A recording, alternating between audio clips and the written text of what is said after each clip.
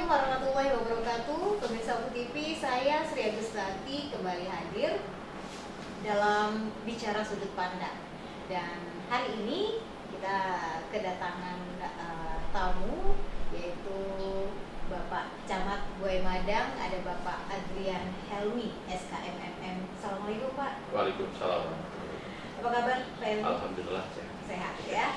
Lumayan ya dari Buai Madang ke Martapura setengah jam perjalanan ya, karena jalan juga sudah sangat baik sekarang, sudah bagus ya.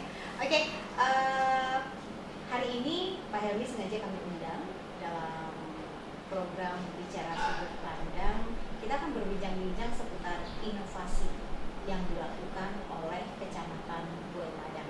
Jadi memang saat ini pemerintah daerah, terutama Bupati dan Pak Wagub, ini sangat mengharapkan adanya inovasi-inovasi yang dilakukan, baik itu dari tingkat desa, kecamatan, instansi, ini untuk memberikan kemudahan, memberikan pelayanan terbaik buat masyarakat.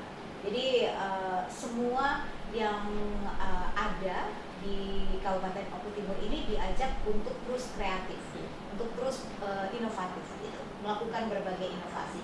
Nah, tapi sebelum kita ngobrol lebih lanjut lagi tentang inovasi sikam beradat, ya, bener ya? Betul. Betul ya, jangan sampai saya salah sebut nanti. Ini adalah singkatan dari Sistem Ketentraman dan Ketertiban berbasis adat yang dilakukan oleh Kecamatan Buai Madang. Nah, sebelum kita ngobrol lebih jauh lagi tentang sikam beradat ini, Pak Helmi mungkin sudah berapa lama sih menjabat sebagai camat di Kecamatan Buai Madang? Hampir 8 bulan. 8 bulan ya, oke. Nah, untuk Kecamatan Buai Madang sendiri boleh sedikit diceritakan seperti apa sih kondisinya, geografisnya? Baik, Assalamualaikum warahmatullahi wabarakatuh. Waalaikumsalam. Terima kasih Bu Sri, melalui Diskominfo kami diundang dalam cara sudut pandang di kantor Dinas Kominfo ini. Pertama, tadi sudah diperkenalkan, nama saya Adrian Helmi, saya camat Buai Madang, kurang 8 bulan di Kecamatan. Kemudian seperti apa yang disampaikan tadi sesuai dengan instruksi Pak Bupati melalui Bapeda, Balai Pelestarian Pembangunan Daerah, untuk melaksanakan kegiatan yaitu salah satunya inovasi daerah. Dan inovasi daerah ini selain ditujukan kepada dinas-dinas, juga ditujukan kepada kecamatan. Dan salah satunya Kecamatan Buai Madang yang ditunjuk untuk mengikuti lomba inovasi daerah di Kabupaten Timur ini. Kecamatan Buai Madang tentu terdiri daripada 17 desa. Ada 17 desa di Kecamatan Buai Madang yang dari pemekaran. Sebenarnya Kecamatan Buai Madang ini adalah kecamatan induk yang dimekarkan menjadi 3 kecamatan: Kecamatan Buai Madang Timur, kemudian Kecamatan Bibi Bangsa Raja. Sangat besar sekali karena Buai Madang ini termasuk kecamatan tua. Iya, kecamatan tua waktu zaman pemekaran, BBC namanya. Blitar, Buai Madang, Cepaka, Martapura. Karena itu saya sebagai latar belakang kenapa kami mengambil inovasi sikam beradat ini, karena saya salah satu di kepengurusan Lembaga Adat Kabupaten Oku Timur. Saya selaku sekretaris Lembaga Adat Kabupaten Oku Timur. Sekarang ketuanya Pak Haji Leo Budi.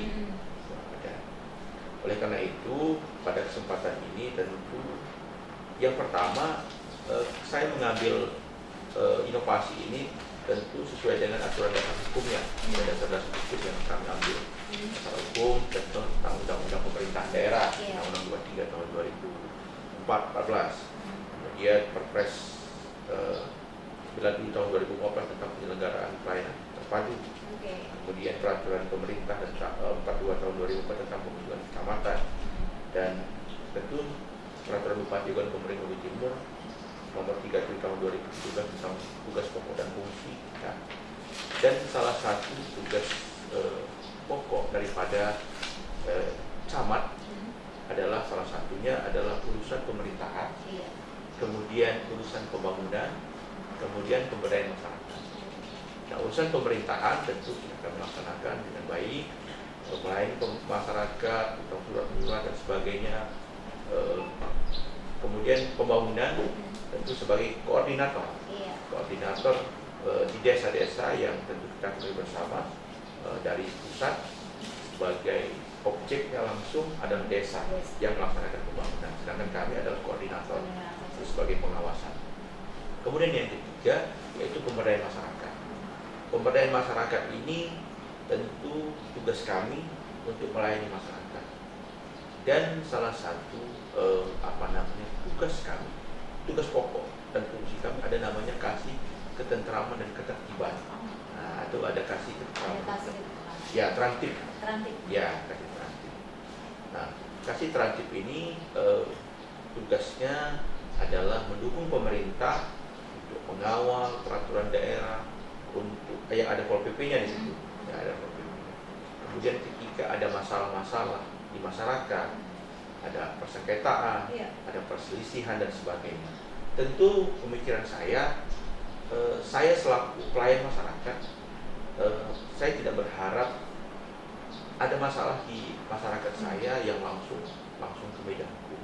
Nah, ini tentu saya pernah punya pengalaman, pengalaman ketika saya menjadi lurah kita tahun 2013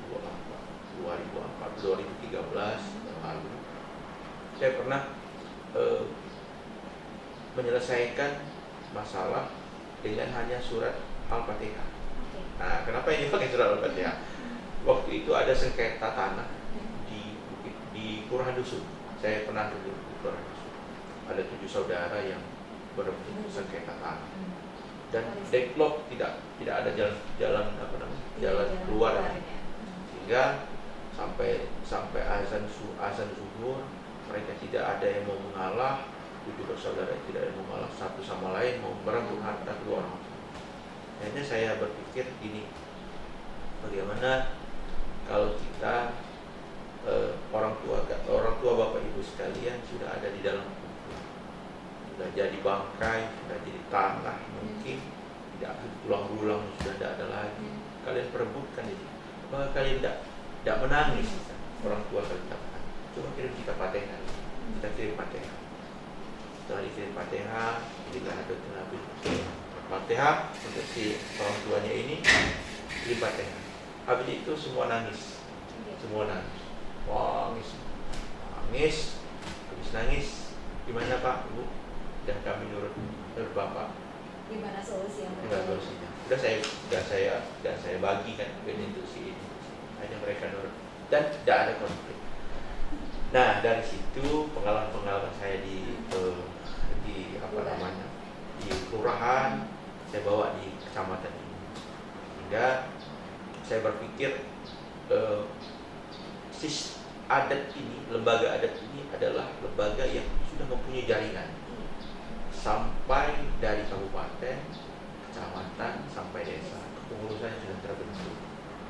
Nah, ini Pak Sri, bukan hanya kita manfaatkan untuk melestarikan adat budaya, tapi kita ajak bersama-sama untuk melayani masyarakat. Bagaimana ketika mereka punya masalah, kita selesaikan secara dengan pengurusan adat dan memberikan kesadaran ke mereka, tidak perlu diajak ke ranah hukum. Misalnya contoh yang ringan, yang sengketa seperti tadi, sengketa tanah, perselisihan keluarga, kemudian pertengkaran misalnya, kita selesaikan dengan cara adat sejarah. Kalau sudah menyangkut hukum yang kriminalitas yang tinggi, yang oke lah kita langsung ke pihak hukum. Jadi itu dasar utama daripada inovasi kita berada.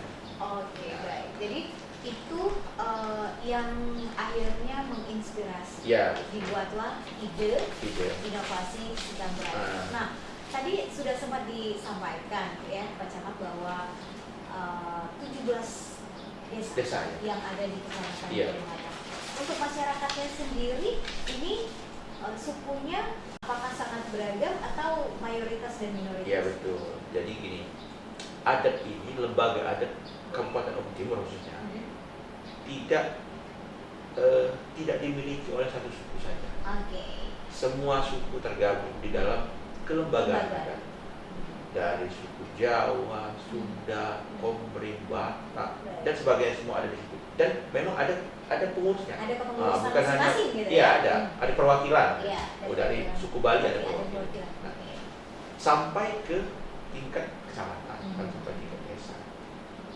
Ketika salah satu desa misalnya mayoritas Jawa, mayoritas Jawa, rata-rata mayoritas Jawa, itu adatnya harus orang Jawa, tidak mesti harus orang Komering. Nah, ketika mayoritas orang Komering, maka ya itu adatnya orang Komering.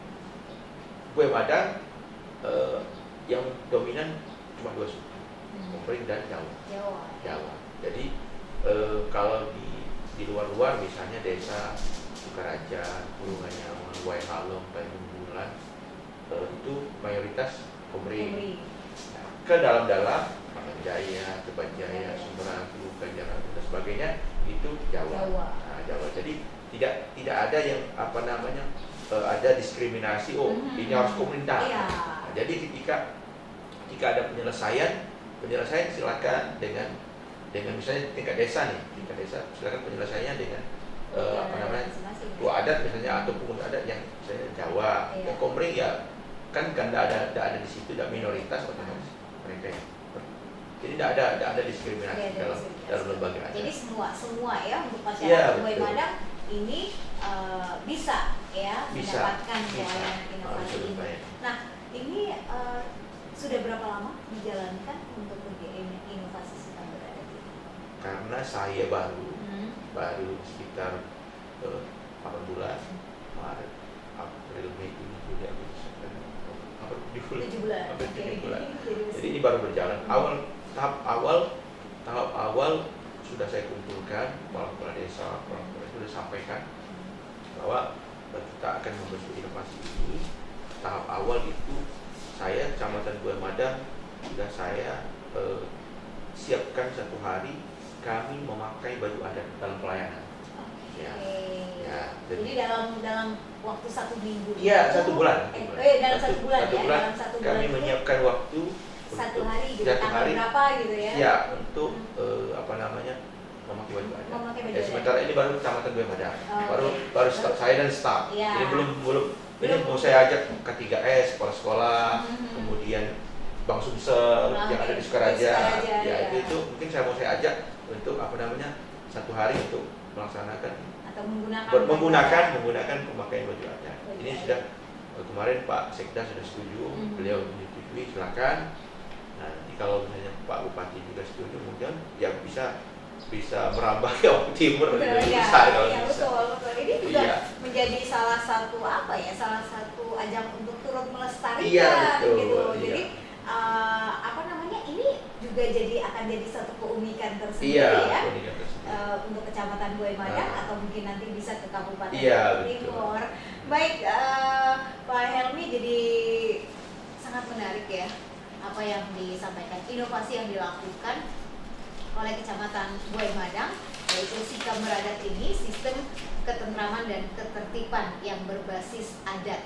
Nah, kita akan nanti berbincang lebih jauh lagi apa saja yang sudah dilakukan oleh Kecamatan Buaya Madang dengan inovasi yang sudah mereka jalankan dan seperti apa antusias masyarakat dengan adanya inovasi ini. Kami akan kembali setelah yang satu ini.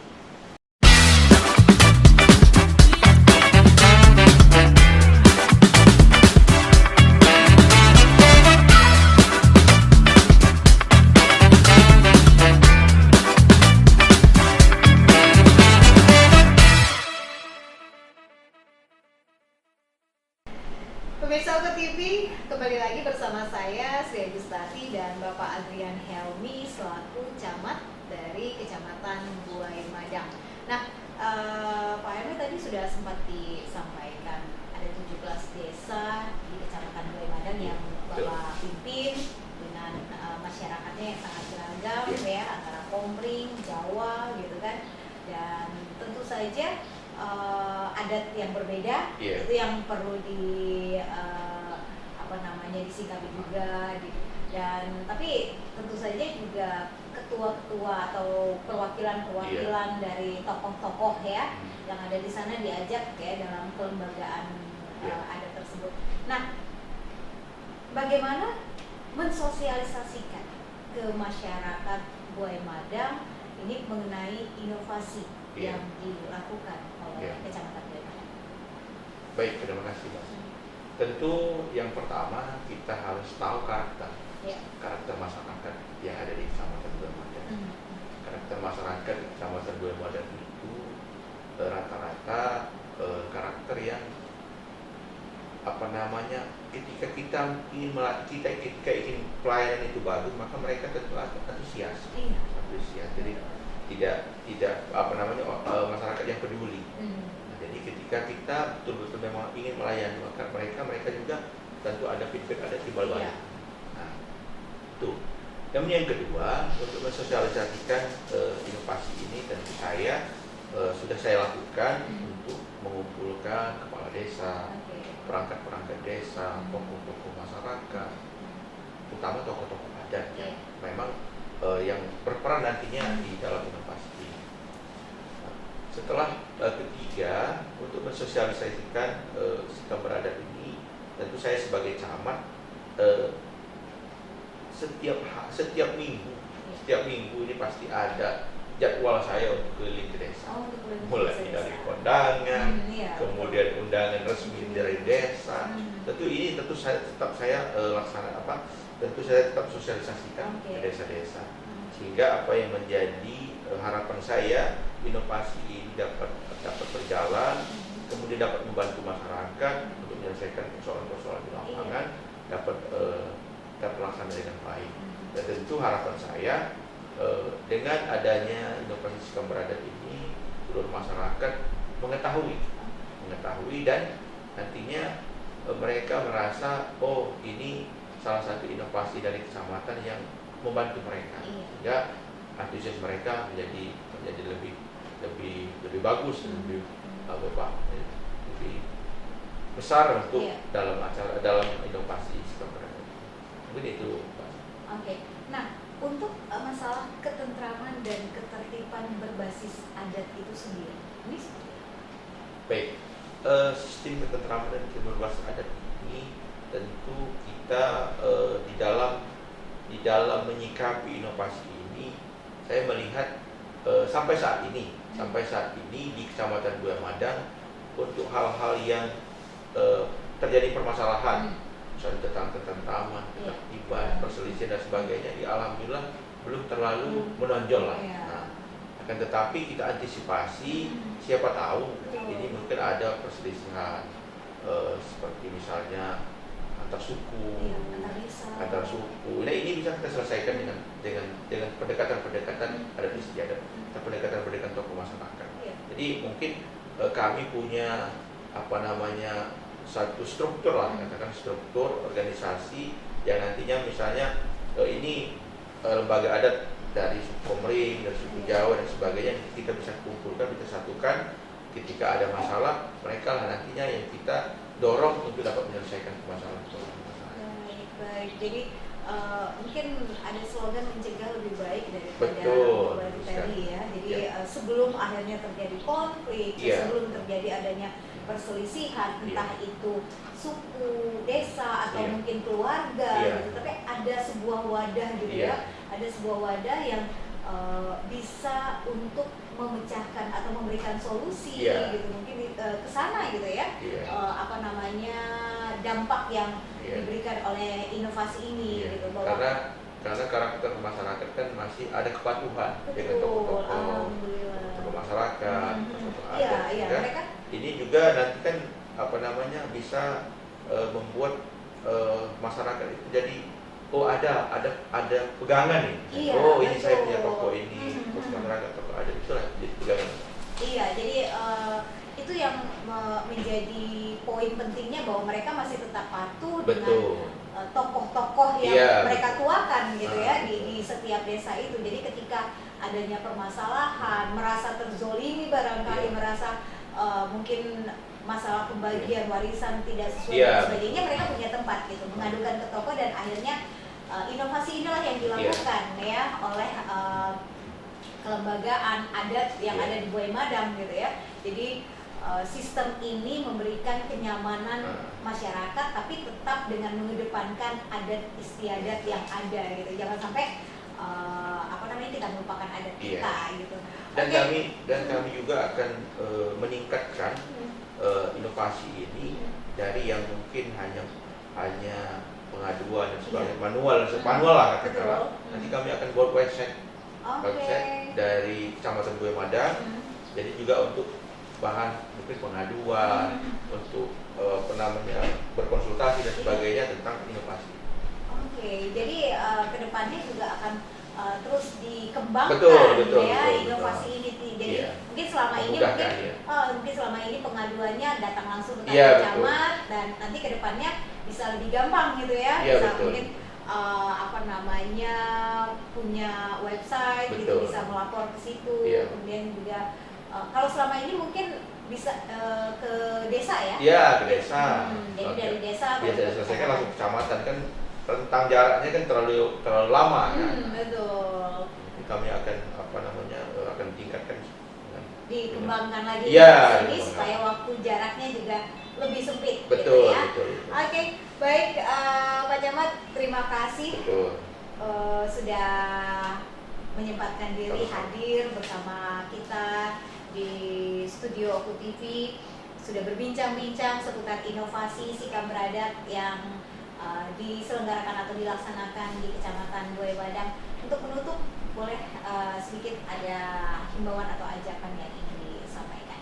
Baik, terima kasih. Kami atas nama Camat Kecamatan Buaya Madam dengan inovasi sikam beradat ini, sistem ketentraman dan ketertiban berbasis adat, kami mengharapkan dengan adanya inovasi ini dapat membantu dan melayani masyarakat dengan lebih terwujudnya keamanan, kesejahteraan, dan pada akhirnya nanti dapat mewujudkan Kabupaten Oku Timur maju lebih mulia.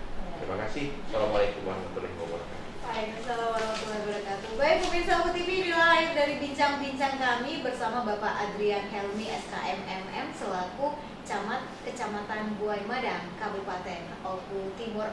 Mudah-mudahan inovasi-inovasi yang dilakukan ya oleh kecamatan, baik itu instansi yang ada di Kabupaten Oku Timur, ini akan memberikan pelayanan terbaik untuk masyarakat dan juga tentu saja kenyamanan masyarakat Oku Timur sehingga kesejahteraan bisa kita raih dan sesuai visi misi yang digalakan oleh Bupati dan Wakil Bupati Oku Timur menjadikan Oku Timur maju dan lebih mulia. Inilah akhir dari bincang-bincang kami. Saya Sri Agustati dan Bapak Adrian Helmi mengucapkan wassalamualaikum warahmatullahi wabarakatuh.